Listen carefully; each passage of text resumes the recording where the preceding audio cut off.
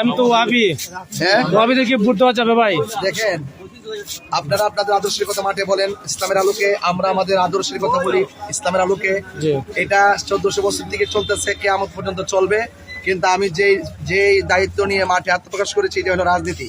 আর রাজনীতি হয় আকীদার ভিত্তিতে না, রাজনীতি হয় ইনসাফের ভিত্তিতে। গিয়াসউদ্দিন আত-তাহিরি তিনিও কিন্তু প্রার্থী, জানেন না মনে হয় আপনারা? তিনি যখন ওয়ার্ক করতে গেলেন, জনগণের কাছে ভোট চাইতে গেলেন, তখন একজনে প্রশ্ন করে বলছে, হুজুর আমরা তো ওয়াহাবি, আপনি তো সুন্নি, আপনাকে আমরা ওয়াহাবিরা ভোট দেওয়া ঠিক হবে কিনা? কারণ আপনি তো বলেছেন ওয়াহাবিদের সাথে আত্মীয় করা যাবে না, ওয়াহাবিদের সাথে মেয়ে বিয়ে দেওয়া যাবে না, ওয়াহাবিদের কবর জিয়ারত করা যাবে না, ওয়াহাবিদের পিছনে নামাজ পড়া যাবে না। এখন আপনার কাছে জানতে চাই, হুজুর আপনি বলেন, আপনি তো সুন্নি, আমরা তো ওয়াহাবি, আপনাকে আমরা ভোট দিতে পারবো কিনা? কারণ আপনি তো দলিল দিয়ে কথা বলেন। এমন ভাবে প্রশ্ন করেছে, সে কোনো জবাব দিতে পারে না, এদিক সেদিক শুধু কথা ঘুরায়। এ আমার ভাইয়ারা, বন্ধুরা আমার কথা সেটা নয়।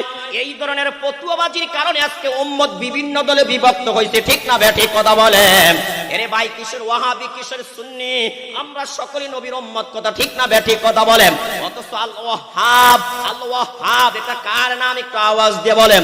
আল্লাহ কোরআনের মধ্যে বলেছেন, রব্বানা হাব লানা, আসনা কিনা ভাইয়ারা আমার, ইন্নাকা আনতাল ওয়াহাব। হে আল্লাহ, আপনি হলেন সবচেয়ে বড় দাতা, আপনি হলেন দানবীর। ওয়াহাব শব্দের অর্থ হলো দাতা, ওয়াহাব শব্দের অর্থ হলো দানবীর। বলেন তো সবচেয়ে বড় দানবীর কে? ওয়াহাব এটা আল্লাহ তাআলার নাম, আল্লাহ তাআলার নাম, এটা আল্লাহ তাআলার সিফাতি নাম। আমরা যদি একে অপরের নাম নিয়ে ব্যঙ্গ করি তাহলে কবিরা গুনাহ হয়, আর আল্লাহর নাম নিয়ে যদি ব্যঙ্গ করা হয় তাহলে বলেন কুফরি হইবে কি হইব না ভাইয়ারা আমার?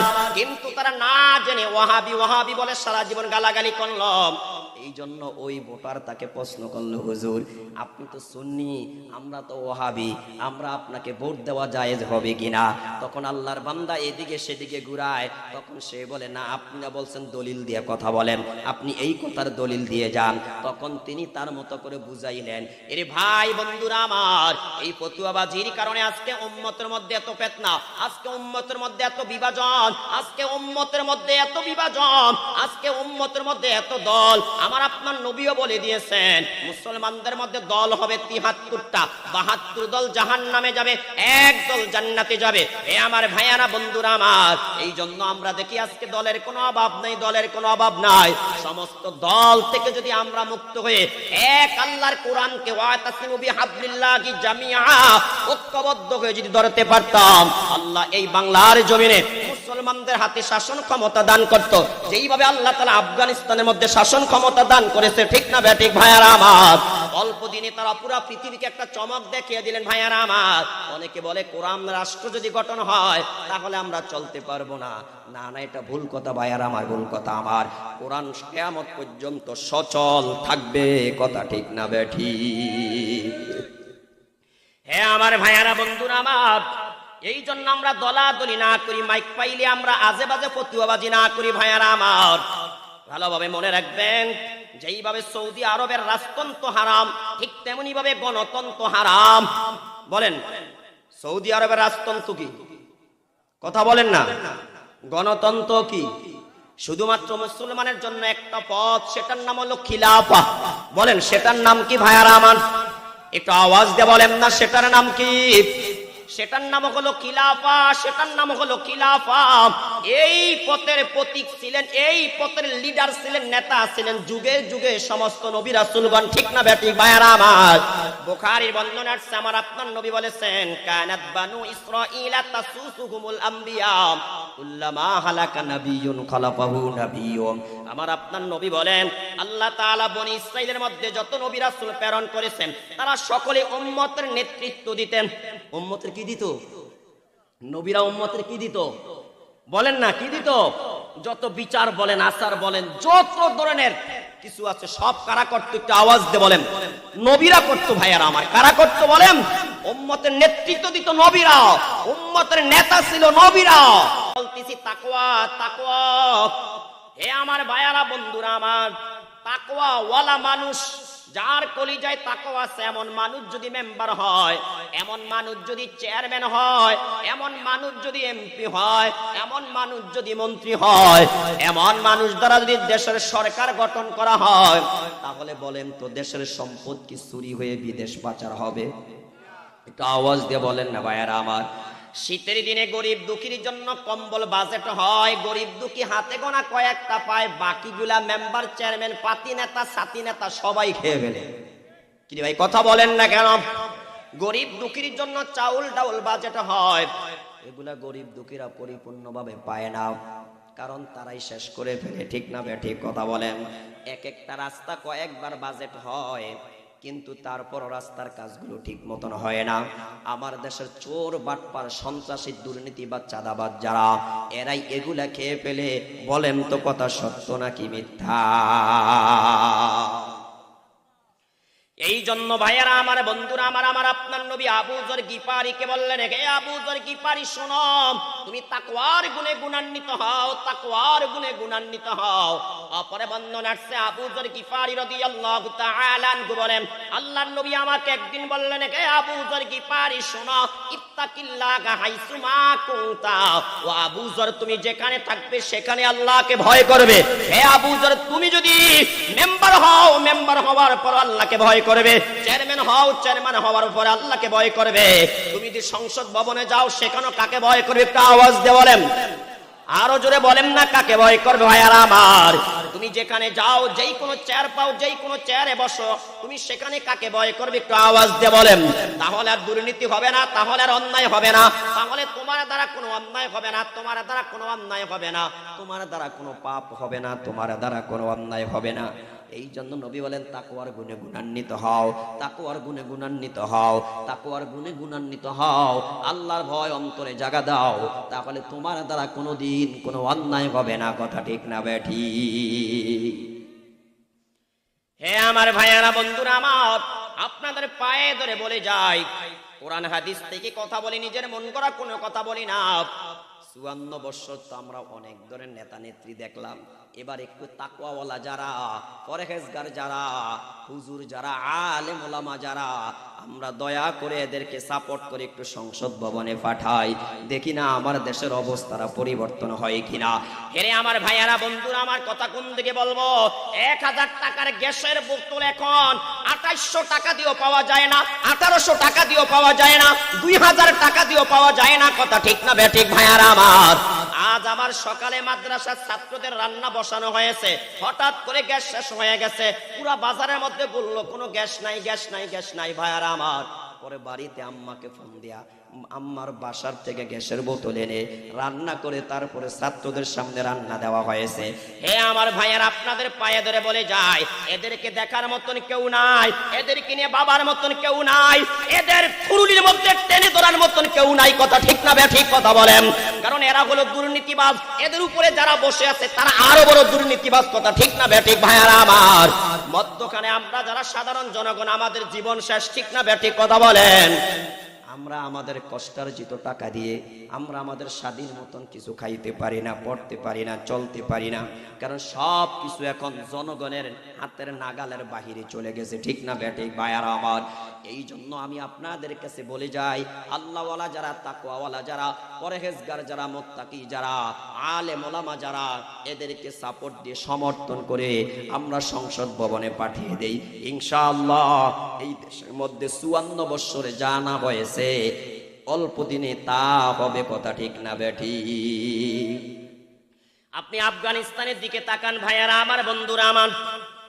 হে আমার ভাইয়ারা, মনোযোগ দিয়ে শুনেন, আল্লাহ তাআলা স্পষ্ট ভাষায় জানিয়ে দিচ্ছেন, সূরাতু আলে ইমরানের মধ্যে আল্লাহ জানিয়ে দিচ্ছেন, হে আমার বান্দা বান্দিরা, তোমরা এক হয়ে যাও। 2 নম্বরে তোমরা নেক হয়ে যাও। যদি তোমরা সকলে এক ও নেক হয়ে যাও, যদি তোমরা এক ও নেক হয়ে যাও, যদি তোমরা ঐক্যবদ্ধ হয়ে যাও, আল্লাহ বলেন তাহলে কোনো সুদখোরকে তোমাদের সরকার বানাইতে হবে না, কোনো ঘুষখোরকে তোমাদের সরকার বানাইতে হবে না, কোনো মদখোরকে তোমাদের সরকার বানাইতে হবে না, কোনো সন্ত্রাসীকে তোমাদের সরকার বানাইতে হবে না। আল্লাহ বলেন মুসলমানদের হাতে আমি আল্লাহ ক্ষমতা দিব। ঠিক না বেঠিক কথা বলেন? শুধু আমাদের এক হওয়া দরকার আর নেক হওয়ার দরকার। আমরা এখনো ফতুয়া নিয়ে পড়ে আছি। ঠিক না বেঠিক কথা বলেন? আপনারা সকলে হয়তো জানবেন ভাইয়ারা আমার, মুফতি গিয়াসউদ্দিন আত-তাহিরি তিনিও কিন্তু প্রার্থী, জানেন না মনে আপনারা? তিনিও প্রার্থী ভাইয়ারা আমার। তিনি যখন ওয়ার্ক করতে গেলেন, জনগণের কাছে ভোট চাইতে গেলেন, তখন একজনে প্রশ্ন করে বলছে, হুজুর আমরা তো ওয়াহাবি, আপনি তো সুন্নি, আপনাকে আমরা ওয়াহাবিরা ভোট দেওয়া ঠিক হবে কিনা? কারণ আপনি তো বলেছেন ওয়াহাবিদের সাথে আত্মীয় করা যাবে না, ওয়াহাবিদের সাথে মেয়ে বিয়ে দেওয়া যাবে না, ওয়াহাবিদের কবর জিয়ারত করা যাবে না, ওয়াহাবিদের পিছনে নামাজ পড়া যাবে না। এখন আপনার কাছে জানতে চাই, হুজুর আপনি বলেন, আপনি তো সুন্নি, আমরা তো ওয়াহাবি, আপনাকে আমরা ভোট দিতে পারবো কিনা? কারণ আপনি তো দলিল দিয়ে কথা বলেন।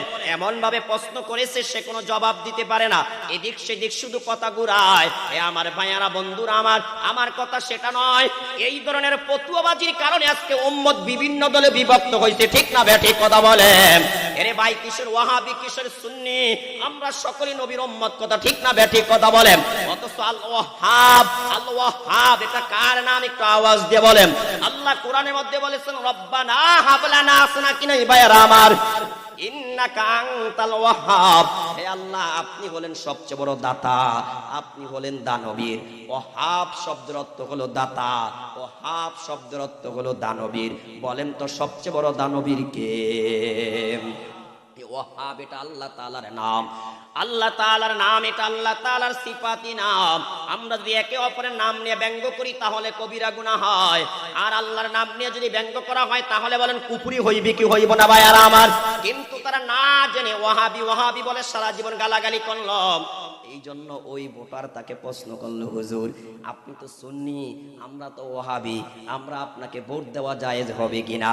তখন আল্লাহর বান্দা এদিকে সেদিকে ঘুরায়, তখন সে বলে, না আপনি না বলছেন দলিল দিয়ে কথা বলেন, আপনি এই কথার দলিল দিয়ে যান। তখন তিনি তার মতো করে বুঝাইলেন। এরে ভাই বন্ধুরা আমার, এই ফতুয়াবাজির কারণে আজকে উম্মতের মধ্যে এত ফিতনা, আজকে উম্মতের মধ্যে এত বিভাজন, আজকে উম্মতের মধ্যে এত বিভাজন, আজকে উম্মতের মধ্যে এত দল। আমার আপনার নবীও বলে দিয়েছেন, মুসলমানদের মধ্যে দল হবে 73টা, 72 দল জাহান্নামে যাবে, এক দল জান্নাতে যাবে। এ আমার ভাইয়ারা, বন্ধুরা আমার, এই জন্য আমরা দেখি আজকে দলের কোনো অভাব নাই, দলের কোনো অভাব নাই। সমস্ত দল থেকে যদি আমরা মুক্ত হয়ে এক আল্লাহর কোরআনকে ওয়াতাসিমু বিহাবলিল্লাহি জামিআ ঐক্যবদ্ধ হয়ে যদি ধরতে পারতাম, আল্লাহ এই বাংলার জমিনে মুসলমানদের হাতে শাসন ক্ষমতা দান করত, যেইভাবে আল্লাহ তাআলা আফগানিস্তানের মধ্যে শাসন ক্ষমতা দান করেছে, ঠিক না বেঠিক ভাইয়ারা আমার? অল্প দিনে তারা পুরো পৃথিবীকে একটা চমক দেখিয়ে দিলেন ভাইয়ারা আমার। অনেকে বলে কোরআন রাষ্ট্র যদি গঠন হয় তাহলে আমরা চলতে পারবো না। না না, এটা ভুল কথা ভাইয়ারা আমার, ভুল কথা আমার। কোরআন কিয়ামত পর্যন্ত সচল থাকবে, কথা ঠিক না বেঠিক? হে আমার ভাইয়ারা, বন্ধুরা আমার, এই জন্য আমরা দলাদলি না করি, মাইক পাইলে আমরা আজে বাজে ফতুয়াবাজি না করি ভাইয়ারা আমার। ভালোভাবে মনে রাখবেন, যেইভাবে সৌদি আরবের রাজতন্ত্র হারাম, ঠিক তেমনি ভাবে গণতন্ত্র হারাম। বলেন সৌদি আরবের রাজতন্ত্র কি? কথা বলেন না। গণতন্ত্র কি? শুধুমাত্র মুসলমানের জন্য একটা পথ, সেটার নাম হলো খিলাফা। বলেন সেটার নাম কি ভাইয়ারা আমার? একটু আওয়াজ দিয়ে বলেন না, সেটার নাম কি? সেটার নাম হলো খিলাফা, সেটার নাম হলো খিলাফা। এই পথের প্রতীক ছিলেন, এই পথের লিডার ছিলেন, নেতা ছিলেন যুগে যুগে সমস্ত নবী রাসূলগণ, ঠিক না বেঠিক ভাইয়ারা আমার? বুখারীর বর্ণনা আছে, আমার আপনার নবী বলেছেন, কানাত বানু ইসরাঈলা তাসুসুহুমুল আম্বিয়া কুল্লামা হালাকা নাবিয়্যুন খালাফাহু নাবিয়্যুন। আমার আপনার নবী বলেন, আল্লাহ তাআলা বনি ইসরাঈলের মধ্যে যত নবী রাসূল প্রেরণ করেছেন তারা সকলে উম্মতের নেতৃত্ব দিতেন। উম্মতের কি দিত? নবীরা উম্মতের কি দিত? বলেন না, কি দিত? যত বিচার বলেন, আচার বলেন, যত ধরনের কিছু আছে সব কারা করতো? একটু আওয়াজ দিয়ে বলেন। নবীরা করতো ভাইয়ারা আমার। কারা করতো বলেন? উম্মতের নেতৃত্ব দিত নবীরা, উম্মতের নেতা ছিল নবীরা।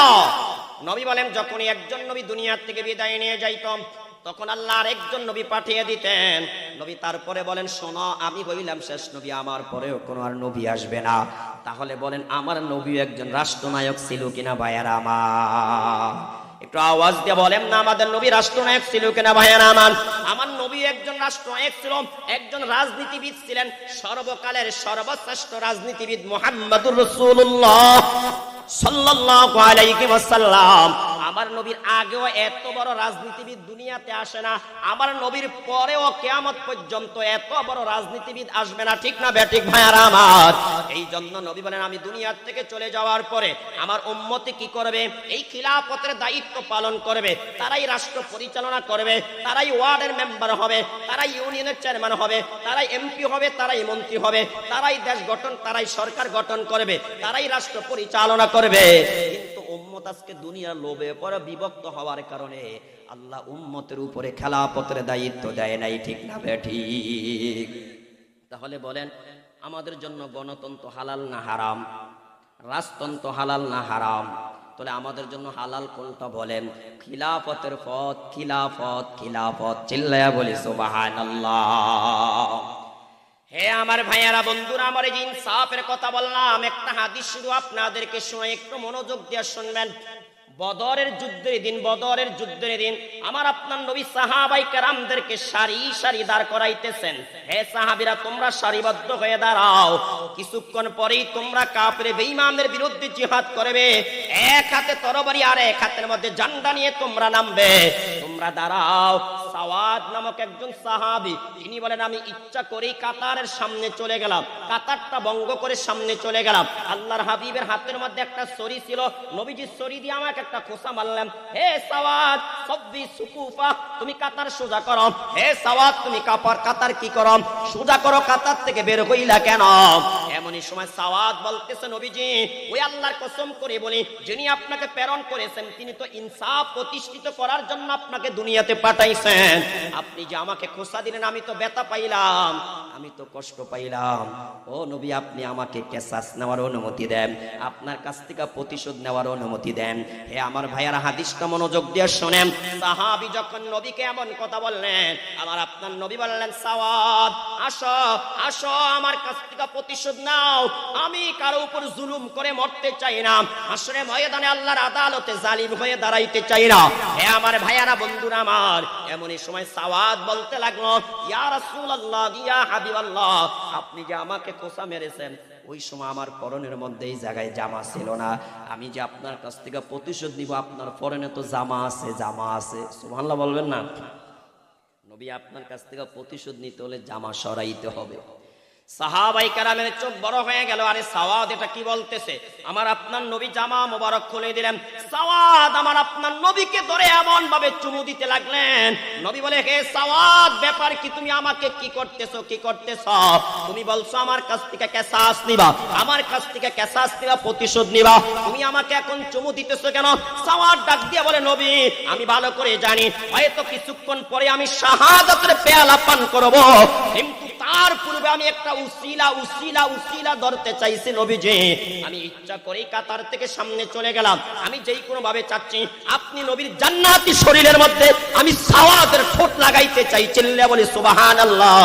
ও নবী, আমার এটা ইচ্ছা ছিল, আমার এটা ইচ্ছা ছিল। আমার শেষবারের মতন আমার ইচ্ছাটা পূরণ হইল। আপনি নবীর জান্নাতি শরীরের সাথে আমি সাওয়াদের শরীরটা লাগাইলাম। আপনি নবীর জান্নাতি শরীরের চামড়ার সাথে আমি সাওয়াদের শরীরটা লাগাইলাম। যদি এই উসিলা আল্লাহ আমাকে মাফ করে দেয়। সুবহানাল্লাহ। দেখেন ইনসাফ কাকে বলে, ইনসাফ কাকে বলে? রাহমাতাল লিল আলামিন বলে, নাও আমার হাতের ছুরি নাও, নিয়ে তুমি আমার কাছ থেকে কেসাস নাও, প্রতিশোধ নাও। যদি এই যুগের কোন ফাতি নেতা হইতো, যদি আপনি বলতেন, নেতাজি আপনি আমাকে গুতা মেরেছেন, আপনি আমাকে গুতা নেওয়া আবার পাল্টা গুতা দেওয়ার অনুমতি দেন, ওই নেতার সাথে সাথে বলতো তাকে অ্যাটাক কর। কথা কয় না কেন? কি রে ভাই, কথা কয় না কেন? হয়তোবা তাকে চিরদিনের জন্য দল থেকে বহিষ্কার করে দিত, অথবা অন্য কাউকে ইঙ্গিত দিয়ে বলতো তাকে ফাঁসি নিয়ে গোড়া দে। কথা কয় না কেন? আর আমার আপনার নবী বলেন, সাওয়াদ, তুমি হাতের মধ্যে ছুরি নাও, ছুরি নিয়ে আমার কাছ থেকে প্রতিশোধ গ্রহণ করো। একটাবার চিন্তা করেন কত বড় ইনসাফওয়ালা আমার আপনার নবী ছিলেন। ভাইয়ারা আমার, তুই বলেন এই নবীর আদর্শ দিয়ে রাষ্ট্র চালাইলে রাষ্ট্রের মধ্যে জুলুম হবে না ইনসাফ কায়েম হবে? আওয়াজ দিয়ে বলেন না, কি হবে ভাইয়ারা আমার? আমরা অনেক সময় বিভিন্ন প্রোগ্রামের মধ্যে দেখতে পাই ছোট ছোট নেতাদের পাওয়ারে বড় বড় নেতারও কাছে আসতে পারে না। কথা কেন? এমনি ধাক্কা মারে, এমনি ধাক্কা মারে, এমনি গুতা দেয়, এমনি ধাক্কা দেয়। কথা কেন না কেন আপনারা ভাইরা? কিন্তু আমার আপনার নবী বললেন সাওয়াদ নাও, ছড়ি হাতে নাও, আমার কাছ থেকে প্রতিশোধ নাও। আল্লাহু আকবার। আমার কাছ থেকে কি নাও? কথা বলেন না, কি নাও? প্রতিশোধ নাও। তাই ভাইয়েরা আমার, বন্ধুরা আমার, এই নবীর আদর্শ দিয়েই একমাত্র কেবলমাত্র আমাদের দুনিয়ার জীবন সুন্দর হতে পারে, মরার পরে কবর সুন্দর হতে পারে, মরার পরে চিরসুখের জায়গা জান্নাতে যেতে পারি। কথা ঠিক না ব্যাঠিক ভাইয়েরা আমার? তাই বলেন তো, রাসূলের আদর্শ গ্রহণ করতে রাজি আছি কিনা? বলেন, রাসূলের আদর্শ মানতে রাজি কিনা ভাইয়েরা আমার? রাজি আছেন কিনা? অতীতে যা করার তো করলাম, এখন সামনে দিয়ে আমাদের অন্তরে একটা তামান্না রাখেন যে আল্লাহ 54 বছর তো গণতন্ত্র দেখলাম, এবার একটু মনে চায় তোমার নবী যেই পথে চলছে, যেই খেলাফা প্রতিষ্ঠিত করে গেছে, সেই খেলাফা একটু দেখতে চাই। আপনাদের কি মনে চায় না যে আমরা একটাবার কোরআনের শাসন দেখতে চাই? মনে চায় কি চায় না ভাইয়ারা আমার? কাদের মনে চাই? দুটো হাত তুলে আল্লাহকে দেখায়। লিল্লাহে তাকবীর, লিল্লাহে তাকবীর। আল্লাহ আমাদেরকে কবুল করুক, সকলে বলি আমিন। একটাবার কি মনে চায় না যে আল্লাহর কোরআনটা একটু সংসদ ভবনে যাক, কোরআনের সংবিধান দিয়ে রাষ্ট্র পরিচালনা হোক? এটা কি মনে চায় না? তাহলে আমাদের কিছু করার দরকার আছে নাকি নাই? একটু আওয়াজ দিয়ে বলেন না, করার দরকার আছে নাকি নাই ভাইয়ারা আমার? অবশ্যই আমাদের কিছু করণীয় আছে। হ্যাঁ আমার ভাইয়ারা, বন্ধুরা আমার, বলেছিলাম আল্লাহ তাআলা বলেন কিয়ামতের ময়দানে মুত্তাকি যারা, তাদেরকে দলে দলে জান্নাতে নিয়ে যাওয়া হবে। তারা জান্নাতের নিকটে যেতে দেরি, জান্নাতের দরজা খুলতে দেরি হবে না। দরজা খুলবে, খোলার সাথে সাথে তাদেরকে সালাম দিবে। সালাম দিয়ে বলবে তোমরা আজকে সুখী হও, তোমরা আজকে আনন্দিত হও, চিরদিনের জন্যই জান্নাতে প্রবেশ করে জান্নাতে বসবাস করো। বলি সুবহানাল্লাহ। হে আমার ভাইয়ারা, বন্ধুরা আমার, যারা আল্লাহকে ভয় করে, আল্লাহ তাদের জন্য জান্নাতটা রেডি করে রেখেছেন। সূরাতুত তাহরীমের একটি আয়াত, আল্লাহ বলেন ইয়া আইয়ুহাল্লাযীনা আমানু কু আনফুসাকুম ওয়া আহলিকুম নারা ওয়াকুদুহান নাস ওয়াল হিজারা। আল্লাহ বলেন হে ঈমানদারেরা, তোমরা নিজেরা জাহান্নামের আগুন থেকে বাঁচাও, তোমাদের পরিবার পরিজন যারা আছে তাদেরকে বাঁচাও, কারণ জাহান্নামের ইন্ধন হবে মানুষ আর পাথর। আল্লাহর হাবিব একদিন এই আয়াতে কারিমা সাহাবায়ে কেরামের সামনে তিলাওয়াত করলেন। এমনই সময় একজন বয়োবৃদ্ধ সাহাবী আমার আপনার নবীকে প্রশ্ন করলেন, ইয়া রাসূলুল্লাহ, ইয়া হাবিবাল্লাহ, আপনার কাছে জানতে চাই জাহান্নামের পাথর কি দুনিয়ার পাথরের মতন হবে নাকি নবী? আমার আপনার নবী তখন বললেন, হে আমার সাহাবী শোনো, ওই আল্লাহর কসম করে বলি যার কুদরতি হাতে আমি মুহাম্মাদের জীবন, জাহান্নামের একটা পাথর তামাম দুনিয়াতে যত পাথর আছে সমস্ত পাথরের চাইতে বড় হবে। চিল্লিয়া বলি আল্লাহু আকবার। নবী বললেন একটা পাথর, জাহান্নামের একটা পাথর তামাম দুনিয়াতে যত পাথর আছে সমস্ত পাথরের চাইতে বড় হবে। এই কথা যখন আমার আপনার নবী বললেন, ওই মুরব্বির কলিজার মধ্যে আল্লাহর ভয় এমন ভাবে জাগ্রত হইছে, সাথে সাথে ওই মুরব্বি সাহাবী বেহুশ হয়ে জমিনের মধ্যে পড়ে গেলেন। যেই মাত্র তিনি বেহুশ হয়ে জমিনের মধ্যে পড়ে গেলেন, আমার আপনার নবী তখন তার পাশ পরীক্ষা করলেন। নবীজি তার বুকের মধ্যে হাত দিয়ে দেখলেন তার নিঃশ্বাস এখনো আসা যাওয়া করে, সাহাবী এখনো জীবিত আছে, এই বয়োবৃদ্ধ সাহাবী এখনো জীবিত আছে। আমার আপনার নবী তখন ওই সাহাবীকে বললেন, হে সাহাবী তুমি বলো কুল্লা ইলাহা ইল্লাল্লাহ মুহাম্মাদুর রাসূলুল্লাহ। এই সাহাবী যখন নবীর কথা মতে কালিমা পাঠ করলেন, এই কালিমা পাঠ করার পরে সাহাবী যখন দুনিয়ার থেকে বিদায় নিয়ে যাচ্ছে, আমার আপনার নবী তখন বললেন তুমি জান্নাতের সুসংবাদ গ্রহণ করো, আল্লাহ তোমার জন্য জান্নাতটা ওয়াজিব করে দিয়েছে। তখন সাহাবাই কেরাম যারা উপস্থিত ছিলেন, জীবিত যারা, তারা প্রশ্ন করলেন নবীজি ব্যাপার কি, কারণ কি? আপনি একাই সাহাবীকে জান্নাতের সুসংবাদ দিচ্ছেন, অথচ আমাদেরকে আপনি জান্নাতের সুসংবাদ দেন নাই। আল্লাহর হাবিব বললেন তোমরা কি জানো না আল্লাহ তাআলা কোরআনুল কারীমের মধ্যে বলছেন ওয়ালিমান খাফা মাকামা রাব্বিহি ওয়া খাফা ওয়াঈদ, যে আল্লাহর দরবারে দাঁড়ানোকে ভয় পায়, আল্লাহর আযাবকে ভয় পায়, ওই জাহান্নামের ভয়ে যারা ভীত হয়ে জীবন দিয়ে দেয় এদের জন্য আল্লাহ জান্নাত রেডি করে রাখছে। আল্লাহু আকবার বলেন না ভাইরা আমার। আল্লাহ তাআলা 30 পারার মধ্যে বলছেন ওয়া আম্মা মান খাফা মাকামা রাব্বিহি ওয়া নাহান নাফসা আনিল হাওয়া ফা ইন্নাল জান্নাতা হিয়াল মাওয়া। আল্লাহ বলেন যারা আমি আল্লাহর দরবারে দাঁড়ানোকে ভয় পায়, এরে যুবক ভাই, ওই দিন যেদিন তুমি আল্লাহর দরবারে দাঁড়াইবা সেদিন কোনো দুবাসী থাকবে না, সামনে কোনো পর্দা থাকবে না। সেদিন রব্বে কারীম তোমাকে আমাকে ডাইরেক্ট প্রশ্ন করবে। হাশরের ময়দানে 5টা প্রশ্ন করবে। কয়টা একটু আওয়াজ দিয়ে বলেন। قال رسول الله صلى الله عليه وسلم لا تزول قدم ابن آدم حتى يسأل عن 50 عن عمره فيما أفنى وعن شبابه فيما أبلى وعن ماله من أين اكتسب وفيما أنفق وماذا علم فيما عمل। আমার আপনার নবী বলেন কিয়ামতের ময়দানে প্রত্যেকটা আদম সন্তানকে 5টা প্রশ্ন করা হবে। যেই পর্যন্ত 5 প্রশ্নের জবাব দিতে না পারবে সেই পর্যন্ত 2টা কদম নড়াচড়া করতে পারবে না। আল্লাহ সেদিন নিজেই তার সিংহাসন নামায়া বান্দা বান্দিকে ডাইরেক্ট প্রশ্ন করবে। আল্লাহ আমাকে প্রশ্ন করবে, রে হাবিব 1 নম্বরে জবাব দাও, আমি আল্লাহ তোমাকে একটা হায়াত দিয়েছিলাম, হায়াতটা কোন কালে ব্যয় করেছ, কোন কাজে খরচ করেছ।